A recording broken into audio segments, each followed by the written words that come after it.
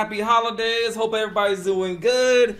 As you all can tell, I am decked out for the Wu-Tang Clan today. Man, what an episode. What a season 2, man. This is episode 14 of season 2 of The Shift. We have been showcasing all of the greats in the early 90s up until this point. It's been a great journey, a great ride. Hopefully be bringing you all great guests as we've been coming on with this podcast journey.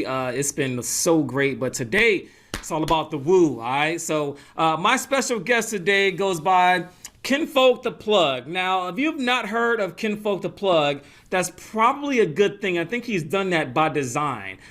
Kinfolk the Plug has had different associations with everybody within the hip-hop community, kind of like behind the scenes a little bit. So he's kind of like one of those silent gangsters, as I call them. But I got a chance to meet Kinfolk last week, and he was excited to come and join me today to pay homage to the Wu-Tang Clan. And you are going to meet Kinfolk. Kinfolk is doing a lot of other things that I'm sure he's going to plug in while he's here with me. So I'm going to bring him in. So Kinfolk, my dude, what's good? What's happening? And talk to the folks for a second, man. What's good with your family? What up, what up, what up, what up? Glad to have you aboard, my dude. Glad to have you aboard. So our audience has not had a chance to meet you. So if you could do me a huge favor by introducing yourself. And of course, the rite of passage on the Diggie A2 platform is when or how did you fall in love with hip hop? Boy. Okay, first, I'm Kinfolk the Plug. I am hosting a podcast now, plugged in. I do management. I do booking. I have a lot of clients from Twister to Genuine. I do a lot, but when I fell in love with hip hop, I couldn't even tell you. I mean, bro, it's so much music at that time because I was obsessed with, East and West music, and then I love South music. So at the time, I think Captain Save-A-Ho was out by E40. and then Wu-Tang's album was out around that same time. Tupac had a record out at that time. Ghetto Boys, I think, were out at that time. So it was and who else came? Do or Die. It was so much music out that. And we had good shows, we had Yo MTV Raps and stuff like that out, you know what I'm saying? So people they don't know how easy it is today, but man. They don't know, bro. They don't remember Rap City. They don't remember Rap City. You know what I'm saying? They don't remember watching Big Ticket in the booth doing this corny ass freestyles, you know what I'm saying? Hey, you know what's so funny is I'm thinking about adding that to my show. That'd be dope. That'd be dope. On the show, I'm gonna have them in the booth doing something like that. Yo, I'm definitely gonna be plugged in for that, man. But yeah, man, I appreciate today, man. So today, we're paying homage to the Wu-Tang Clan.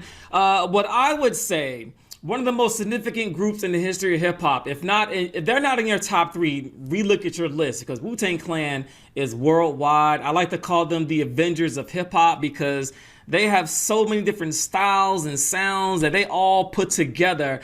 And like Method Man said, they all come together like Voltron on the album. And that's pretty much how they got down when they came out. They came out and, they go back before the original album, which we'll get into. The RZA and the GZA are cousins. And they were trying to get record deals here and there. They're trying to get love from New York City. They couldn't get it. So they went back home to Staten Island, New York. It's yo, we're going to do this on our own. So they found some of their local homies and friends and got together with them, 9 of them all together, and decided, we're going to make our way out of no way. And that's exactly what they did. So they dropped Enter the 36 Chambers, which is in the time period of The Shift, in November of 1993, which is considered by most the best 61 minutes and 31 seconds in hip hop. I could go down the whole track list, but I don't, you all can do that, on your own. But when you look at the first run of the first 10 songs on the album, I don't know if there's another album that is in comparison with them. Their sound is different.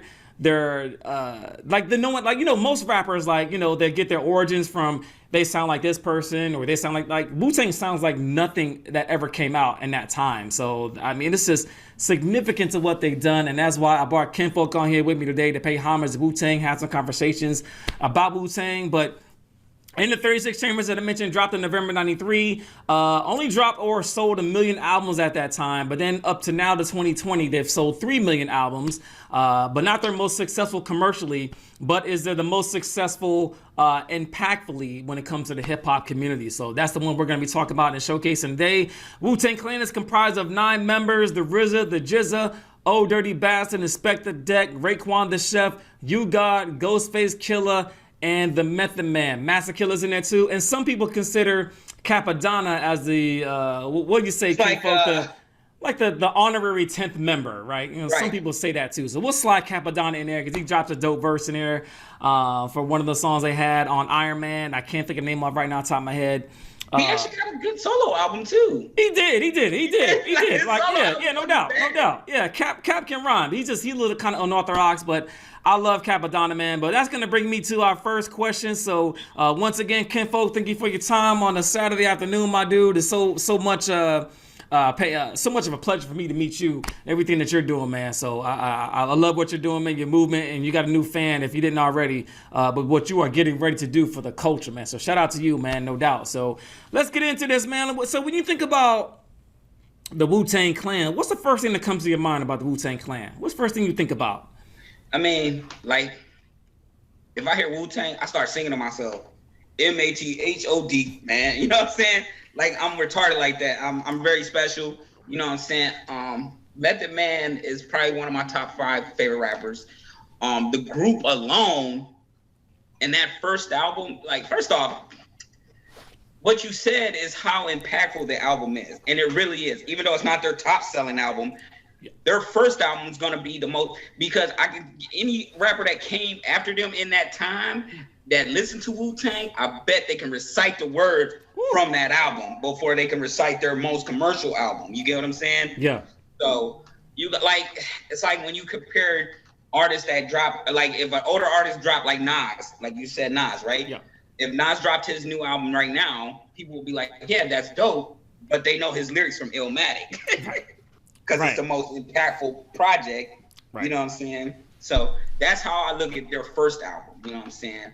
And then it's like they're all a puzzle, bro. Like they make that puzzle, bro. Like each artist, like, bro, it's like, it's so dope, bro. And then I don't know, I could talk about this all day, you know what I'm saying? Like, we got all day, my dude. We got all day, so don't even worry about it. We got all day. So which brings me to my next point. So breaking down Into the 36 Chambers, which if you all did not know, Enter the 36 Chambers, the name of that album, comes from 2 kung fu movies: The 36 Chambers, which came out in '78, and Enter the Dragon, which came out in 1973, which was a late Bruce Lee movie. So that's where it got the kung fu kind of feel to it.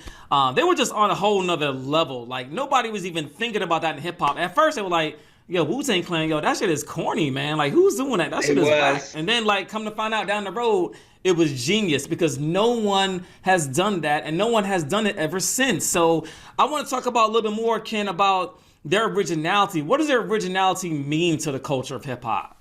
Because they didn't, and even at the time when they dropped, nobody rhymed like them. Nobody was talking like they was talking. I mean, it was just, and even today, you can't even mimic none of these cats. I mean, Ghostface had one person that tried to mimic him a little bit. You know what I'm saying? I ain't gonna lie. But it was like everybody, bro, you can't, the talent that in rhyme schemes that these brothers had. Take Old Dirty, for example, bro. All right. Like, if you listen to him solo or in a group, who like him sounds like him today? You get what I'm saying? Yeah. So it's like, you can't mimic these dudes because they were so hard. RZA, like, I'm gonna keep it real. I think RZA was like my weakest link in the group. I wasn't a fan like that. But once I listened to some more of his stuff, I was like, okay, I get it. Yeah. Like, he's really a math, he's more of a math scientist kind of guy. You know what I'm saying? Like, so he does a different rhyme scheme than everybody gets, you know what I'm saying? So, I mean, but everybody else, bro, like GZA, Inspector Deck, these cats was hard. Like, Raekwon, like, bro, Raekwon could drop an album today. I'm gonna go bump that. I mean, cause he's still spitting. Yeah. No doubt. And when you think about this was just the foundation, right? So Right. when you think about the foundation of the Wu-Tang Clan, it was this album. And I remember going to get it. I was probably about maybe 14, 15 years old. And I remember listening to it and I was like, yo, like what in the hell is this? But it's so dope. Like I was like, yo, like I've never heard anything. Protect Your Neck. Like who? I would never even thought of anything like they shot the video in black and white. I think they only had like a couple $100 to make the video. Like we're talking like the lowest of the budget, you know what I'm saying? Like they didn't care, they were just trying to get on, you know what I'm saying? Then the Method Man video dropped. Then you had The Mystery of Chess Boxing, which is one of my favorite fucking videos, man. Like, because it's so original. You got cats on the chessboard. You got Ghostface with the white face on because he was on probation because he can't be seen on TV. Like, yo, who's be thinking of this stuff, man? Like, yo, they was so ill, like for real on probation. Like he can't be seen. But, like, you know what I mean? Think Like about it. When he did that, wasn't Dead Presidents out at that time? Their Presidents was out. Yeah, yeah. Or getting ready to come out. I think it was getting ready to come out. Yeah. Yeah. Hey, I got a way we can hide this shit. I just saw and then, you know what I mean? You think about Cream, and that the Cream. We still say the word cream, not as much as we used to, but it's still a term that cats use, to talk about money, and you know what I mean. Like all the stuff originated from the Wu-Tang Clan, you guys. So it's almost like hip hop wouldn't be where it is if it wasn't for the Wu-Tang. However, they also did something that was really extraordinary, and Kinfolk, I definitely want you to talk to the people about this, and that is their record deal. How are they able to sign all 9 members of the Wu-Tang Clan, and then they were able to leave the label, and go do their own solo projects? Like, how in the hell is that possible? So talk to the folks a little bit about that, or what you know of that deal. I think Steve made it to, because like I said, he's one of those CEOs you never hear anything bad about. Like, I mean, like everybody who was signed to Loud, like they just did the Loud 25th anniversary. Yep. You know what I'm saying? Yeah. So, I think it was Wu-Tang, it was, Mobb Deep, it was Big Pun, all these cats were signed to Loud. And so when he did the Wu-Tang thing, I'm pretty sure he said himself, like he made it where he only wanted as a group, but he wanted everybody else to find, get their own solo deals. And then, I think the first one that broke was, I don't think Method Man was signed first, but I think Method Man got the biggest deal first or something like that. He had the first solo project. Yeah. Yeah. Somebody else was signed first solo. Well, RZA, because RZA was Rakim, remember? But right. Right. Hey, Rakim, you know what I'm saying? Yep. So, but at the time, like I said, I think it was RZA that got signed first. And then I think it was somebody, I think Method Man was like third to get his deal. And you know what I'm saying? And yeah. And his first single was what? Him and Mary J, I think? Yeah, well, to my Method Man, I think Method Man's first joint was, I think that was the second one. I'm trying to think. He had, Bring the Pain. Bring the Pain was the first one that he did. Yeah. And Bring the Pain was first, which was dope as hell. Like, you see that. They played that shit probably. That goes so hard, yeah. Yeah, and they probably played that in the tunnel. You know what I'm saying? Yeah, that goes so hard. That's like that grungy underground, like. Right. You know what I'm saying? Like, it's just like, what is that? Like, gives you that it's one of the stank songs I face. listen to working out. Yeah. You get that stink face, like, what is that? Like, oh my God. Like, you know what I mean? But they just did something so significant to the culture that, I know I keep harping on you guys, but if you are not a Wu-Tang Clan fan and you say you're a hip hop head, it's gotta get revoked. It just has to. Like, you have to know about Wu-Tang Clan, because without the Wu-Tang Clan, you wouldn't have some of the other classics that dropped because of the Wu-Tang Clan, like Method Man's first album, To Cal, Only Built for Cuban Links, the old Purple Tape, was a hip hop classic.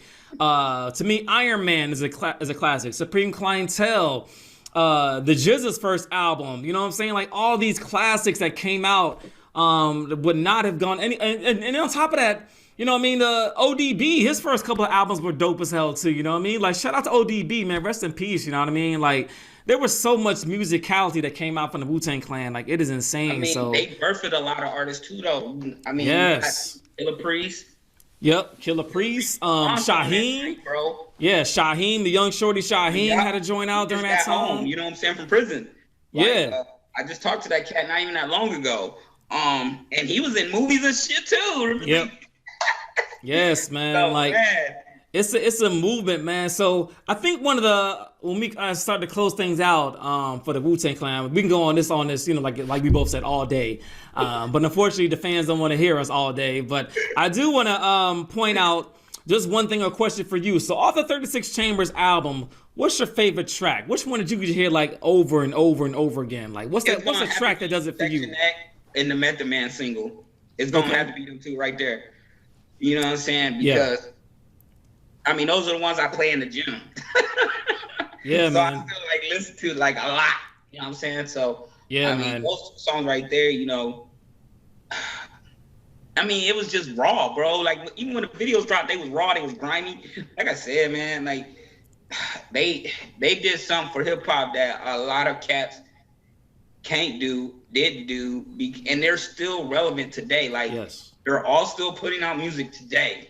And they're in movies today. You know what I'm saying? Yeah. Like I said, Method Man's on Power today. He's playing a lawyer. This dude went from playing in How High to being a lawyer in Power. So, yes, man. You got movies with Adam Sandler, you know what I'm saying? So it's like, bro, Method Man, like, man, that dude is something serious. So. He's a talent. Yeah, no doubt. He's definitely a talent. Like and then what I love about Meth is like how he was able to pivot. Like he can still rhyme look, I'm telling y'all, yo, like Method Man can still rhyme. So if you call yourself trying to battle him because he's getting older, I tell you to think twice about that. No. I wouldn't try that. I definitely wouldn't try that, man. I wouldn't try him, but he's acting, he's getting his money, and like, you know, he's damn near, but I would say almost a mogul, and almost a mogul status. His name is so synonymous with so many different projects. He's worked on so many different things, and you know, and I love Meth. I love everybody in the Wu, man. Like shout out to everybody in the Wu-Tang Clan. Oh, don't get me started. Like, you know what I mean? Like Jeff is a nasty. You know what I'm saying? Oh yeah. And then Tony Starks, you know, Ghostface Killer Boy, like he just put out a record, I want to say like last year. Yeah, last year. Yeah, he sure did, man. Boy, he's eating on that boy. I was like, this. Yeah, man. I love Tony Starks, man. Some of these new rappers, I'm sorry. Yo, shout out to Tony Starks, man. Shout out to the Purple Tape. I can't wait to talk about the Purple Tape in season 3. Oops, that was kind of a spoiler, but we'll talk about the Purple Tape in season 3. But yeah, man, my favorite songs are gonna be Can It All Be So Simple and The Mystery of Chess Boxing. Those are my 2 favorites. But like I said, the first run of the first 11 songs on the album, like you can pick any of those and you still be good because that first album is solidified in hip hop history, man. But Kinfolk, my dude, it's been a great time hanging out with you, man. Thank you for this, man. This has been awesome. But we gotta start winding things down. And typically, what I need you to do, my brother, I forgot to warn you about this, is go in your house right now and find you a hoodie right now on the spot. Oh, I had one. I had one on. I just took it off because it was hot. I need you to find you a hoodie, fam. I know it's hot. I know it's hot, my dude. Fans, just give him a quick moment. Hey, y'all forget I'm in Texas. You know what I'm saying? So I know, dude. I know. But not hoodie weather. You know what I'm saying? So like we don't got snow and all that cold weather like everybody else, man. I feel you, man. But the reason why we're talking about hoodies in season 2 is because throughout the season, we've been showing a hooded salute for Trayvon Martin and paving homage to all of the people that we have lost through the social injustice. So we want to make sure that we keep their memories alive. So we do a hooded salute during the shout out portion of our episode. So I'll pass the mic over to Kinfolk first. So Kinfolk, once you have your hoodie on, you go and give a hooded salute. And then give your shout outs, man, and who you want to see this episode and who you want to shout out. The floor is yours, my good sir. I appreciate you, man. Thank you so much. You're the first one to actually put one on live, man, so that's dope. I appreciate you. He gave me this Rosedale hoodie sweatshirt. You know what I'm saying? Like no doubt. They clothes on the show. I mean, I gotta thank everybody, man. I mean, if they supporting you and supporting me, I thank y'all. You know what I'm saying? I love the people who support that don't have their hand out. I love people that like want to actually help bring stuff to the table. Yeah. I like people who hustle, that have, you know, that mentality, like I have to go get it. I'm not gonna wait for somebody to give it to me. You know, that's who I am. You know what I mean? So, I mean, Team Sexy Psycho. You know, like if y'all don't know about the Sexy Psycho, go follow her. Right. Like, I tell, like, we're about to do a song with a Grammy winner. Okay. And so their team hit us up and they were like, give me her background. And I told him what I tell every major artist. I've never met a female rapper, let alone an artist, that is hungry like this woman. She puts her all her money into her music and her craft. She's never asked for a handout. She's never asked anybody for anything. If I'm like, we need to do this, and she ain't got it, she goes and gets it. A lot of cats won't do that, bro. Yeah. So, and it's like, but yeah, that's the team, bro. Like, you know what I'm saying? That's what I'm about. I love people who's gonna support your show. I'm gonna get some extra people on this show for you. I appreciate it. we gon' like I said, cause like a lot of these cats want to do interviews, bro. Like, so as soon as they get done on my show, like I said, I'm doing Young Bleed on Monday. That's what's up. Shout out to Young Bleed, yo. I'm a big fan. Shout out to Young Bleed. Word. So, I mean, it's bro. This is amazing. Like I said, man, I appreciate it, man. On this show, cause I'll talk for hours about music, boy. Hey, you got me cracking up, man. Hey, shout out to you, Kinfolk, for real. And shout out to the shirt you had on previously, which had Tech Nine on there. So shout out to the Midwest. Shout out to Tech Nine and Strange Music. Love their movement and what they've done for the Midwest and the hip-hop scene is unmatched. So shout out to Tech Nine and the whole crew. My shout outs this week, man, are actually short, man. I got a short list, so I want to give shout out to Kinfolk first. Definitely, my brother, it's great meeting you and connecting with you, and hope we can have some future projects in the future. I'd love to be on your podcast as a guest. You know what I'm saying? I think it'd be great. We talk about, because I told you before, man, it's really hard to meet Master Yoda levels hip hop minds. Really hard to meet. I know it sounds easy, but it's really hard to meet other people that have a knowledge of hip hop as deep as yours. So I appreciate you, sir, for coming on the podcast today. I want to give a shout out to just my family. I know it's the holidays right now, so being able to be around my family and my kids, and shout out to my daughter Myra for giving me these new Henny glasses. Word up. You know what I'm saying? Sipping on my hen dog, you know what I mean? And it's just been a great ride, but that's all that I have for the week. Now, next week, you guys tune in. It's going to be the season. The season's over, man. Season finale next week. And we're going to close the season out with the Tribe Called Quest, which is one of my favorite hip-hop groups of all time. So tune in for that, you guys. But as always, shout out to our fans, followers, supporters. Shout out to Kinfolk. Shout out to hip-hop. We'll see you guys next week, all right? 100. Peace.